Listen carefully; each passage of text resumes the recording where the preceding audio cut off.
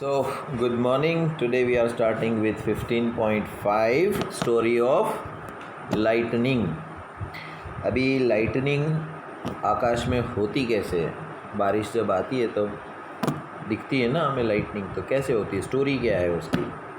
It is now possible to explain the lightning in terms of charges produced by rubbing. तो किसी भी चीज़ को रब करते हैं तो चार्ज प्रोड्यूस्ड होता है ना। जो स्केल वाला हमने किया था, कोरे बालों में स्केल घिसोगे और बाल के पास ले आओ तो बाल यूं खड़े होने शुरू हो जाएंगे, है ना।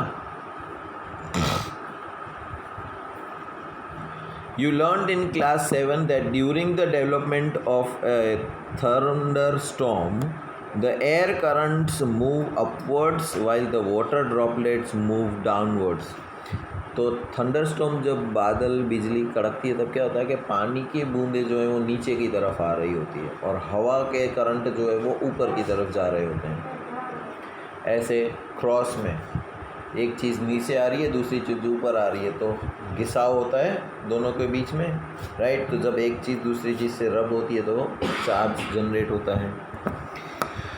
This vigorous movement cause the separation of charges. जब ये मूवमेंट होती है, घिसाव होता है, तो सेपरेशन होता है चार्ज का, इसका चार्ज इसमें और इसका चार्ज इसमें। By a process not yet completely understood. अभी तक जितना समझ में आया है साइंटिस्टों को उतना ऐसे समझा रहे हैं हमको, राइट। लेकिन वो टेक्निकली और क्या प्रोसेस है वो नहीं समझ में आ रहा है कि भाई घिसाव होता है तो ट्रांसफ़र क्यों होता है, उसके पीछे लॉजिक नहीं है। आप जब देखो, आपको पता है कि पेड़ को पानी जब आप देते हो, राइट, तो रूट ऊपर की तरफ जाता है, स्टेम ऊपर की तरफ आती है और रूट्स नीचे की तरफ जाते हैं, है ना। तो बीज तो आपको दिखता है, उसको आप कैसे समझाओगे? बीज होता है ना एक सीड, राइट। उसको आप ज़मीन में डाला, मिट्टी डाली, खाद डाली, पानी डाला, एयर डाला और सनलाइट डाली, ये सब चीज़ें मिली, तो सीड जब मिट्टी के अंदर होता है वो धीरे धीरे धीरे जर्मिनेट होना शुरू होता है। उसमें से एक पतला धागे जैसा निकलता है, राइट, जो थोड़ा ऊपर चढ़ता है और ज़मीन को फाड़ के बाहर आता है।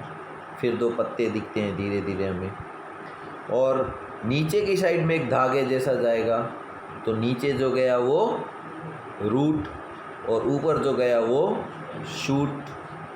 अभी सीड को किसने समझाया कि पृथ्वी ऊपर की तरफ है, यहाँ पर शूट बाहर भेजना है और रूट को नीचे भेजना है? पृथ्वी बीज को किसने सिखाया? ये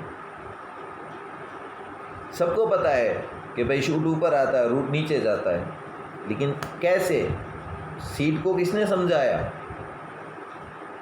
साइंटिस्ट लोग ये बताएंगे रूट हमेशा नीचे जाते हैं, पानी सोखते हैं। क्यों मिट्टी नहीं सोखते हैं वो?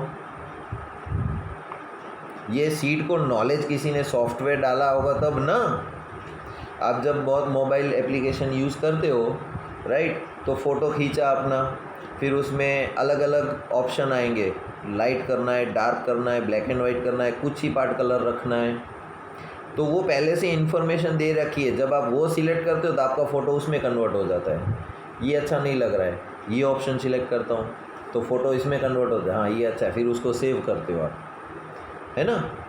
तो ये प्री इंस्टॉल्ड होते हैं सब, लाइट इतनी जाएगी, डार्कनेस इतना जाएगा, एक्सपोजर इतना जाएगा, तो आपका फ़ोटो हर चेंज होता जाएगा। जो आपको पसंद आएगा आप उसको सेव करोगे, राइट। तो कैमरे में तो आपने जो सॉफ्टवेयर डाला उसमें से पहले से पता है कि ये सेटिंग रखेंगे तो ये आएगा। तो सीड को सेटिंग किसने डाल के दी अंदर कि रूट हमेशा नीचे ही जाएगा और शूट हमेशा ऊपर ही जाएगा? उल्टा कभी क्यों नहीं हो जाता? रूट कभी क्यों बाहर नहीं आ जाते ढूंढते हुए पानी को, और शूट नीचे की तरफ, फ्रूट नीचे की तरफ क्यों नहीं जाता? ये नॉलेज सीड के अंदर किसने डाली? ये सॉफ्टवेयर किसने डाला? तो वो नहीं पता।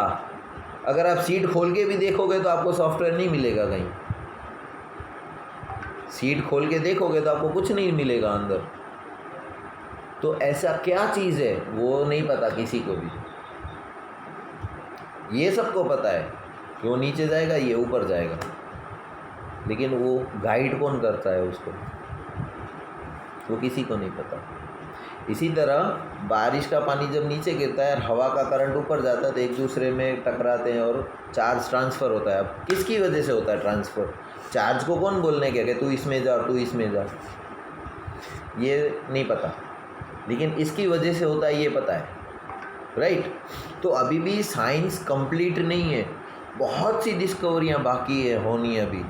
तभी तो हम बोलते हैं ना, रोज़ डे बाय डे हमारा नॉलेज बढ़ता जाता है। डे बाय डे क्या होता है, रोज़ हमारा नॉलेज जो है वो रोज़ बढ़ता जाता है। कल हम कुछ जान रहे थे, आज उससे ज़्यादा जान रहे हैं, परसों उससे ज़्यादा जानेंगे, उसके बाद उससे ज़्यादा जानेंगे। फिर एक एज आएगी हमारी ब्रेन की, फिर हम सब भूलना शुरू कर देते हैं। फिर रोज़ एक एक चीज़ हम भूलते जाते हैं। जब एकदम बूढ़े हो जाते हैं ना, तो सिर्फ अपने जो नज़दीकी होते हैं उसको याद रहता है, वरना तो ये शक्ल भी कौन है पहचानने में नहीं आ रहा है। रोज़ तुम्हारे साथ में ही रहता हूँ, तुम्हारा बेटा हूँ मैं, भूलना पड़ता है।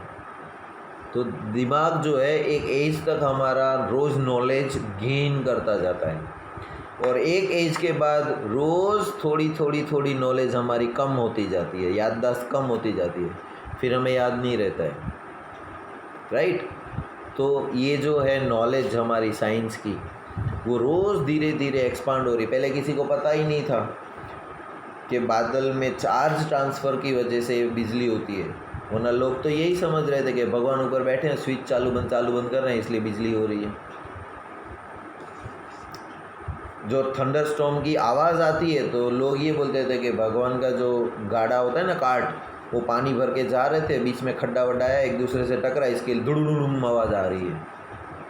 तो ऊपर रोड कहाँ है जो कार्ट चलेगा तुम्हारा, बुलक कहाँ है ऊपर, है ना। वो तो जब साइंस के बारे में नॉलेज पता चलता गया तब पता चला। अभी देखो हम लोग चंदा को मामा बोलते हैं, चंदा मामा। तो मून तो एक प्लेनेट है ना, सोलर सिस्टम की, वो मामा कैसे बन गया हमारा? और सूरज को दादा बोलते हैं, है ना। तो नॉलेज हमारी डे बाय डे बढ़ती जा रही है। Okay, this vigorous movements cause the separation of charges by a process not yet completely understood. The positive charges collect near the upper edge of the cloud and the negative charges accumulated near the lower edge. अभी हमारा जो cell होता है battery का, उसमें ऊपर positive charge होता है और नीचे नेगेटिव चार्ज लिखा हुआ होता है। तो बादल में भी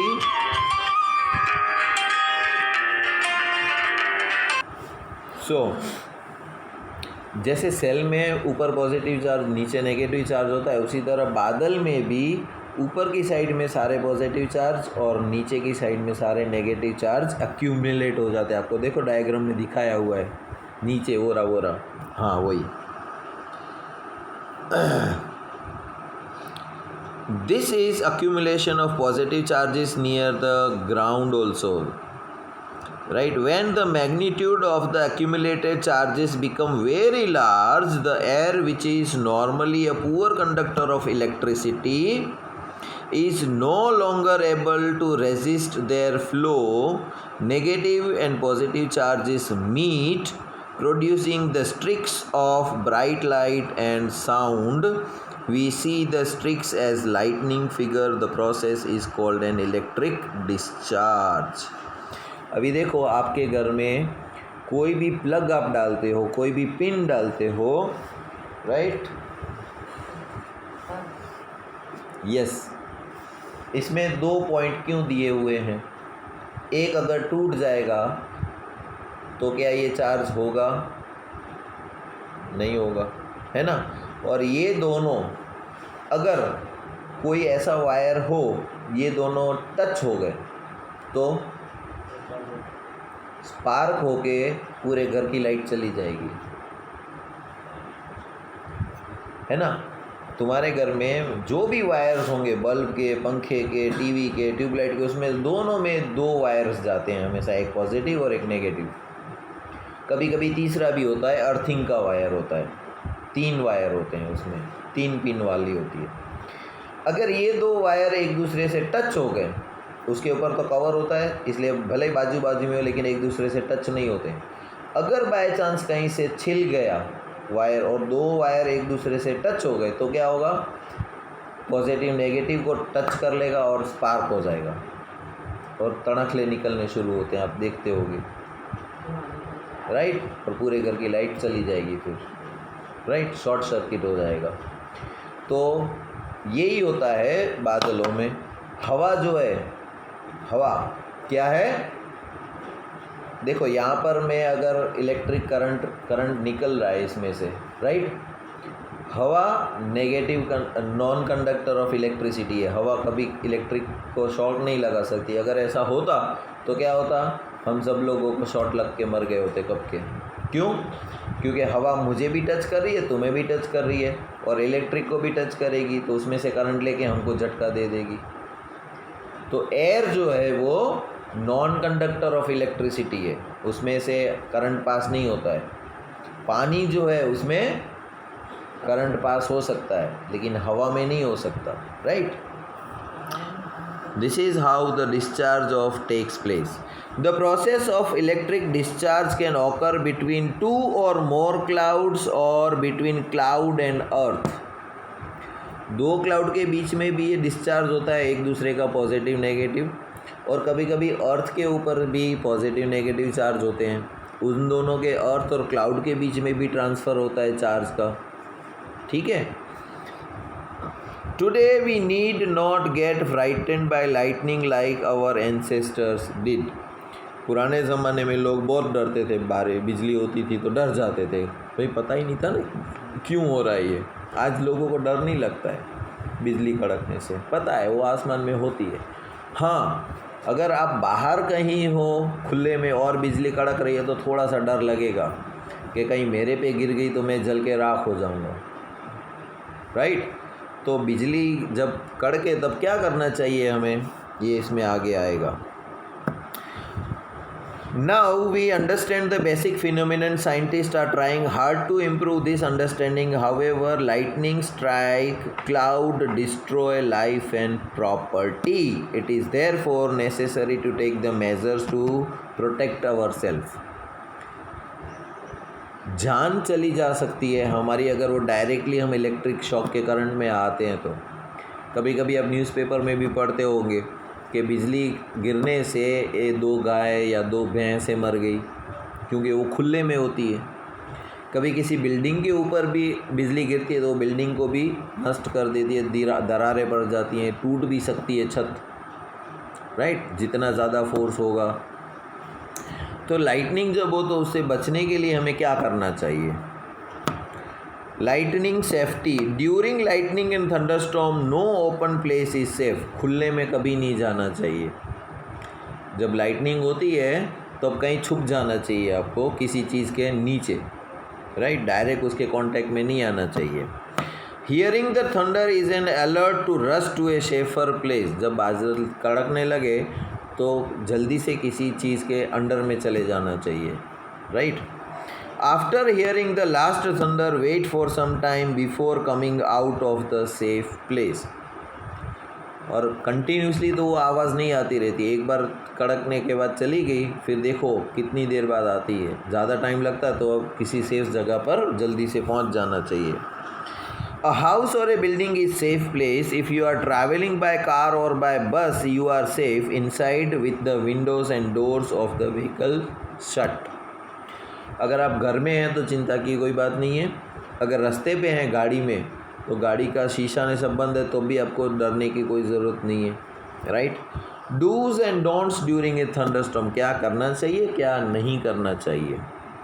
आउटसाइड जब आप बाहर होते हैं, open vehicles like motor bike, tractor, construction machinery, open cars are not safe.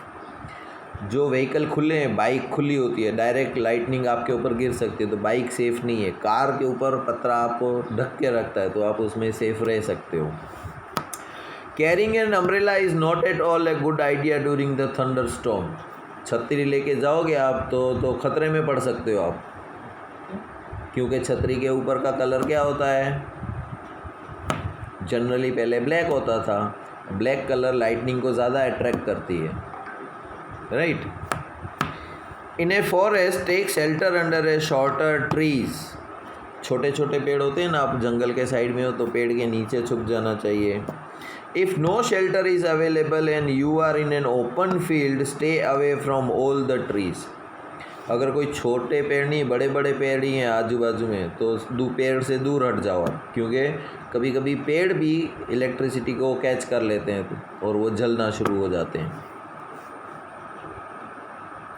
Stay away from the poles और अदर मेटल ऑब्जेक्ट्स। दूसरा, छाता जो आप होता है वो मेटल का होता है आपके हाथ में, और लाइटनिंग जो है वो मेटल में ज़्यादा ट्रांसफ़र होती है, तो मेटल की वजह से तुम्हारे अंदर ट्रांसफ़र हो जाएगी। हाँ, अगर छाता प्लास्टिक का है, हैंडल आपका, तो डरने की कोई बात नहीं है, right.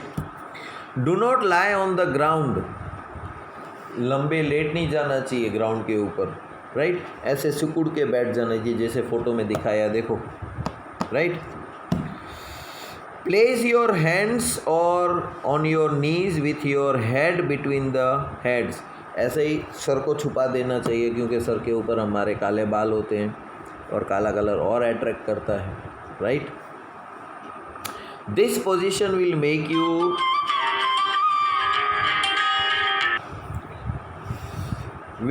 You the smallest target to be struck. जब आप ऐसे बैठ जाओगे सिकुड़ के, तो छोटी चीज़ें ज़्यादा कांटेक्ट में नहीं आती है, बड़ी चीज़ें ज़्यादा कांटेक्ट में आ सकती है ना, तो आप बच सकते हो लाइटनिंग से। इनसाइड द हाउस, घर के अंदर है तो क्या करना चाहिए आपको? Lightning can strike the telephone cords, electrical wires and metal pipes. Remember, lightning is an electrical discharge. During a thunderstorm, contact with this should be avoided and it is safer to use mobile phones and cordless phones. However, it is not wise to call up a person who is receiving your phone through a wired phone. जब आप phone पे बात कर रहे हो तो landline जो होता है ना, वो वायर वाला होता है, और वायर्स जो होते हैं वो मेटल के होते हैं, राइट। तो मेटल के वायर में से भी इलेक्ट्रिक पास डिस्चार्ज हो सकती है। तो ड्यूरिंग लाइटनिंग जब होती है तो हमारे घर में डिश टीवी लगी हुई होती है, ऊपर लोहे का पतरे वाली, है ना, उसमें वायर लगा हुआ होता है।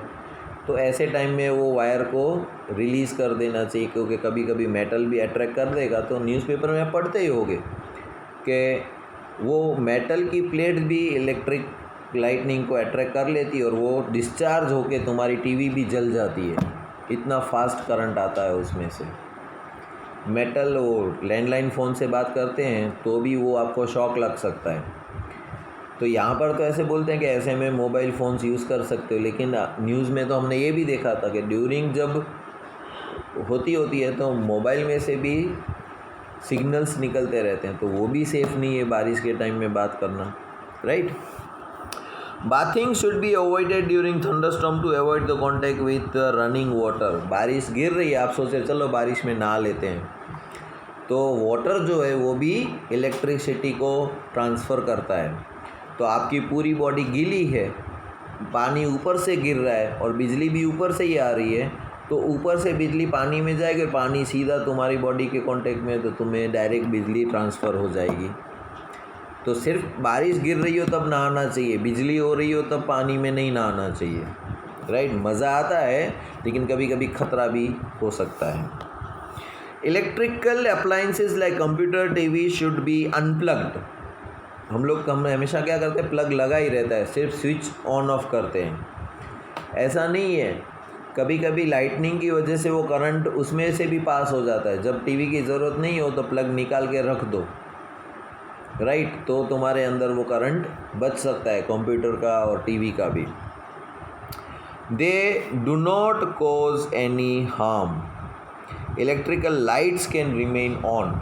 लाइट चालू होगी तो कुछ नहीं होगा, राइट, लेकिन ऐसे हम लोग प्लग लगा के ही रखते हैं ना टीवी के, ना उसके जो बाहर कांटेक्ट में होते हैं एंटेना के थ्रू, वो निकाल देना चाहिए हमें। Lightning conductors. Lightning conductor is a device used to protect the buildings from the effect of lightning. अभी होगा क्या एक मशीन आता है छोटा सा जो लाइटनिंग को कंडक्ट खींच लेता है अपनी तरफ, राइट। तो अगर वो डिवाइस बड़ी बड़ी बिल्डिंगें होती है ना, वहाँ पर वो लगाई जाती है कि जैसे ही बिजली गिरेगी तो वो सारी ऐसे कैसे पानी गिरा यहाँ पर, राइट, तो एक स्पंज आता है हमारे पास, पता है, वो सिर्फ स्पंज वहाँ पर रख देते हैं हम, तो क्या होगा, स्पंज खुद ब खुद पानी को सोख लेता है अपने अंदर, हमें पूरे में घसीटना नहीं पड़ता है। तो वो लाइटनिंग कंडक्टर अगर बिल्डिंग के ऊपर लगाया होगा तो लाइटनिंग चाहे कहीं और गिर रही थी वो अपने अंदर खींच लेगा। वो ऑल आउट की ऐड आती थी, पता है ना, वो मशीन मेंढक बन जाता है और जहाँ मच्छर देखता है वहाँ पक पक पक मच्छरों को खाता रहता है। तो मशीन कोई मच्छर को खाती नहीं है यूँ, राइट। वो समझाया हमको कि ये मशीन ऐसी है कि खुद ब खुद मच्छर उसमें अट्रैक्ट होंगे और वो दवा की वजह से मर जाएंगे। तो समझाएंगे कैसे हमें, इसीलिए उन्होंने कंप्यूटर से एनिमेट करके समझाया, ये जैसे ही स्विच ऑन करोगे ये मशीन जो है वो मेंढक जैसे बन जाएगी, फिर उछल उछल के सारे मच्छरों को खा जाएगी। तो ये लाइटनिंग कंडक्टर ऐसा ही होता है, जहाँ पर भी बिजली गिरेगी वो अपने अंदर खींच लेगा, बिल्डिंग के ऊपर गिरने नहीं देगा और उसको ज़मीन के नीचे अंदर ट्रांसफ़र कर देगा। तो तुम्हारी बिल्डिंग, तुम्हारे इलेक्ट्रिकल सामान सब सुरक्षित बच जाएंगे। अ metallic road taller than the building, building से भी ऊंचा एक मेटालिक रोड होता है, कंडक्टर जो होता है ना वो, क्योंकि जो ज़्यादा ऊपर होगा वो जल्दी लाइटनिंग के कांटेक्ट में आ सकता है। is installed with the walls of the building is installed building during its construction, and one end of the rod is kept out in the air and the other end is buried deep in the ground. The rod provides easy route for the transfer of electric discharge to the ground. The metal columns used during the construction, electrical wires and water pipes in the buildings also protect us as an extent, but do not touch them during the thunder storm. तो building में देखो photo भी दिखाया गया है आपको कि building के ऊपर एक बड़ा सा मेटल का रोड होता है, जो बिल्डिंग है उससे भी बड़ी हाइट का ऊपर लगाया जाता है, और जब बिल्डिंग बन रही होती है तभी वो सीमेंट के थ्रू नीचे ज़मीन तक लंबा सा सरिया होता है एक, तो जैसे ही बिजली गिरेगी वो करंट को अपने अंदर ले लेगा और ज़मीन में पास कर देगा, बिल्डिंग में जा नहीं सकेगा। अर्थक्वेक आता है तब क्या करना चाहिए वो अब हम कल करेंगे, ठीक है। आज इतना ही यहाँ पर स्टॉप करते हैं।